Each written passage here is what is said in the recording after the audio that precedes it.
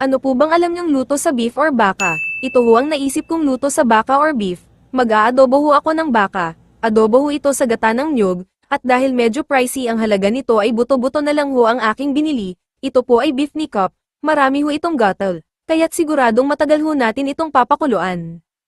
At ito ho ang mga sangkap sa ating pagluluto. Hiwain lang ho ang mga rekado tulad ng sibuyas, bawang, at bell pepper, at ihanda na din natin ang iba pang mga sangkap nito, tulad ng beef ni cup, gata ng niyog, bay leaf, black pepper, beef cubes, patis or fish sauce, at suka or vinegar, at syempre gagamit din tayo ng tubig. Kayo ho ba ay nakapagluto na ng ganitong luto sa beef, ginataang baka? Mas masarap hong gataan yung laman ng baka. Kaya lang ho ay sobrang mahal, hindi ko ho afford, kaya't buto na lang ng baka ang aking binili.